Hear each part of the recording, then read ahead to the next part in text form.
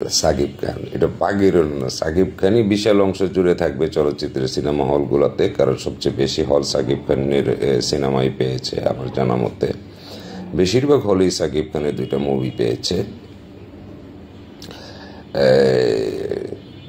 সাকিব খান বলে যে আমি ফিউচার নিয়ে ভাবি না, অতীত নিয়েও ভাবি না, আমি শুধু একটা জিনিস নিয়েই ভাবি, তার নাম নিতু। ফিউচার নিয়ে সে ভাবে না, কারণ জানে তার এই সিনেমা হলের দর্শক তার নাম শুনলে প্রথম 2 দিন সিনেমা হলে যাবে, এই জন্য সে ফিউচার নিয়ে ভাবে না। সে ভাবতেছে তার এই নিতুকে নিয়ে। বলছে একটা জিনিস নিয়ে বাবা, নিতু যে কি জিনিস বুঝতেছি না। নায়িকার নাম নিতু হইতে পারে, কিন্তু জিনিস বলার কারণে একটু কনফিউজ হয়ে গেছি। যাই হোক, সিনেমা বরবাদ তো ইনশাল্লাহ দেখবো। বরবাদ দেখলেই বুঝতে পারবো যে নিতু জিনিসটা কি।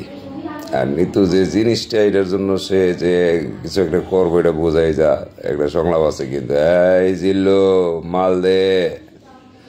সুতরাং মাল যখন চাইছে তখন সে একটা কিছু করবে। ওই যে বরবাদ নামের যে বরবাদ, সে সব কিছু বরবাদ করে দিবে যে নিতুর দিকে, বা যে নিতু জিনিসটার দিকে হাত বাড়াইছে বা আর কিছুর দিকে হাত বাড়াইছে, সমস্ত কিছু বরবাদ করে দিব। আর সব বরবাদ করে দিয়া আমাদের অন্তরটা আনন্দ দেয়া দিব সিনেমা হলে। সাকিব খান, তোমার বরবাদ দেখার জন্য কোটি কোটি দর্শক অপেক্ষা করতেছে। তোমার জন্য শুভকামনা। আর ছবিটা দেখে যে মনে হয়েছে, পরিচালক সাহেবের নামটা আমি ভুলে গেছি,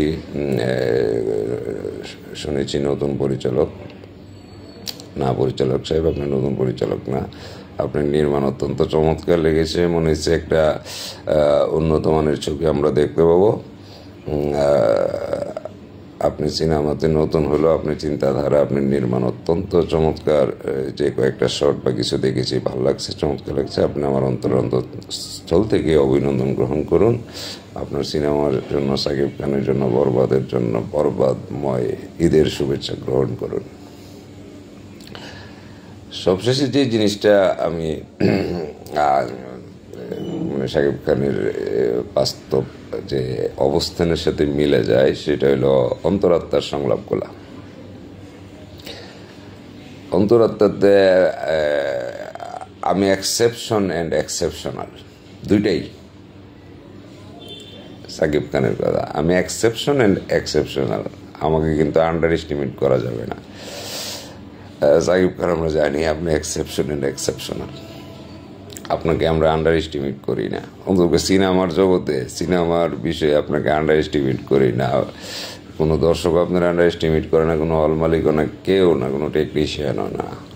আপনি যেন ওয়ান অ্যান্ড অনলি সুপারস্টার, এটা আমরা সবাই মানি, আপনাকে আন্ডার এস্টিমেট করি না। সিনেমাটা, ওই অন্তরাত্মা সিনেমাটা বানিয়েছে ওয়াজেদ আলী সুমন। আমার সমসাময়িক অনেক অভিজ্ঞ অনেকগুলো সিনেমা বানিয়েছে দক্ষ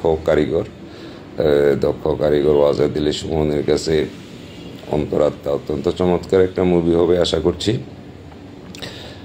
সুমনের জন্য শুভকামনা, অন্তরাত্মার জন্য শুভকামনা।